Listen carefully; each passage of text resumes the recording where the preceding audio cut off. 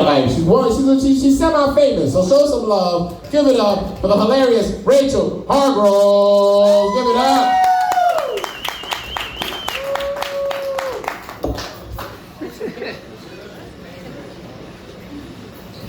All right, let's give it up for Drew. Thanks for doing this open mic. It's awesome. How's everybody doing this Thursday? You good? Well, my name is Rachel, and I'm just happy to be here and alive. I burnt myself yesterday and had to go to the hospital. So if you see a bandage, it's not because of the fact that I tried to slit my wrist because my comedy career is shit. It's legit. How many people here have had some really good jobs or fucked up jobs? Yeah. All right? Do you like your jobs? Fuck no. No. Say it's a job. You know? Money. I like my job. See, that's awesome. You like your job. What do you do? I'm an orthodontist assistant. Okay, so you're playing in people's mouths all the time. Yeah. All right. Oh shit. Anyways, that got awkward. I'm not a scissor sister. I'm sorry, sweetheart.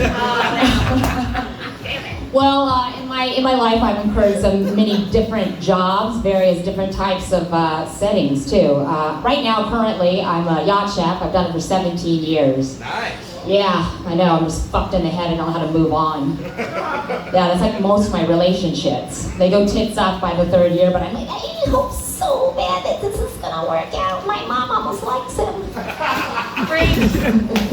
Anyway, so my family for 14 years swore to God I worked on cruise ships, but I didn't work on cruise ships. And I'd always go home and they'd be like, oh, what port are you going into next? Maybe we can get on a carnival and meet you guys there. No. I'm like, no, I work on yachts. What is that, honey? And I was like, something that you will never be able to afford to charter. Don't worry about it. So I got sick of this. I mean, absolutely sick of this. And this opportunity fell in my lap. And these schmucks reached out to me and they were like, have you ever thought about being on a TV show?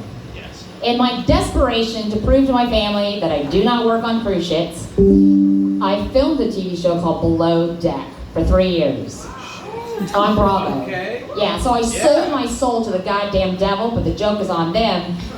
I don't have a fucking soul. Preach.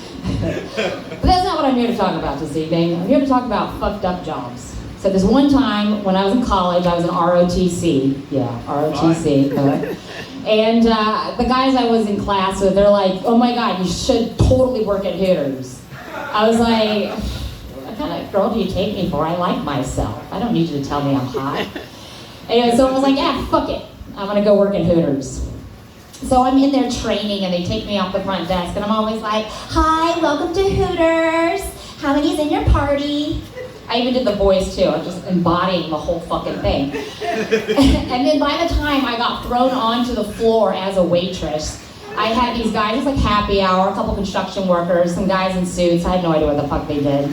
But they were sitting there and they would be like, hey, honey, how many wings can I get today? I'm like, oh, fuck, whatever. You know, you're not even my table. You didn't even go here.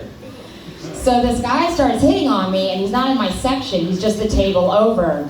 And the manager's watching me very closely, like, can I handle the job at Hooters? I mean, come on, I've got a low fucking neck shirt, tight pants on, and my tits are hanging out. I call them my personalities because they make up for what I lack for in personality. It's like how I trap men. I'm all like, hey, baby, how's it going? I'm down here. I don't really want to hear your conversation. Anyways, long story short, these guys are getting really drunk and rowdy. And they're like, hey baby, why don't you come sit on my face? This guy has no idea that I have IBS like a son of a bitch, and I've been processing the fuck out of them. It's great. This is before I realized I can't really eat meat. Oh, I can keep going. No, keep going. I thought if this goes bad, I'll just tell you about this other time when I was in ROTC summer camp and I learned how to queef on command. Woo! Yes, that's a skill. Well, you get snatch atrophy from that if you overuse it. And who knew that you get elephantitis of the labia? Oh, God. It's a thing. So these guys keep going, I'm getting sick of this shit. My manager's doing absolutely fuck all about this. So I was like, you know what, I'm gonna turn around and I'm gonna stand up for myself. And he's like, yeah, honey, I'd like to fuck you. I was like, sure, you can fuck me.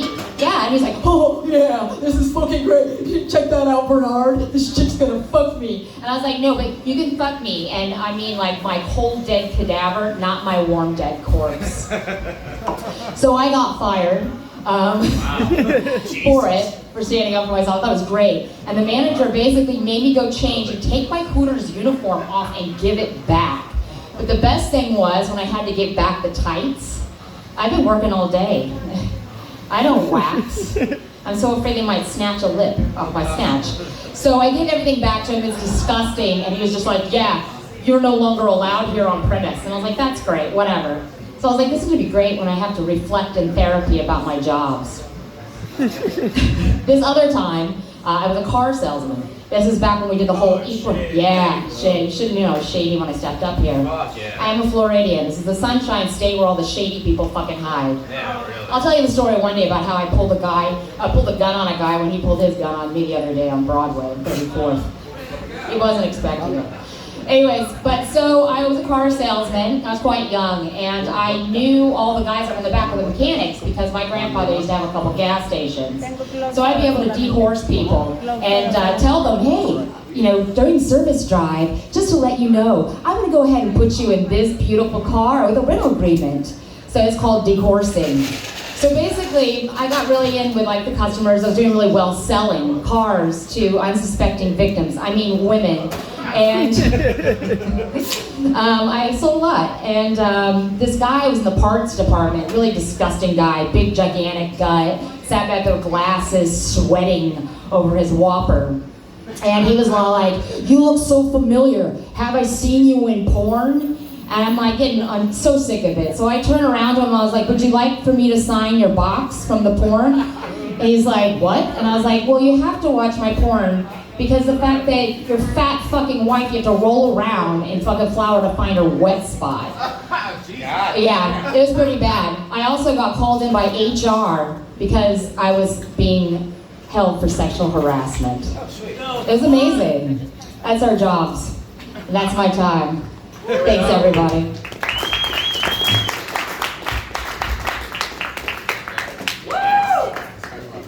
Give it up. Give it up for Hargrove.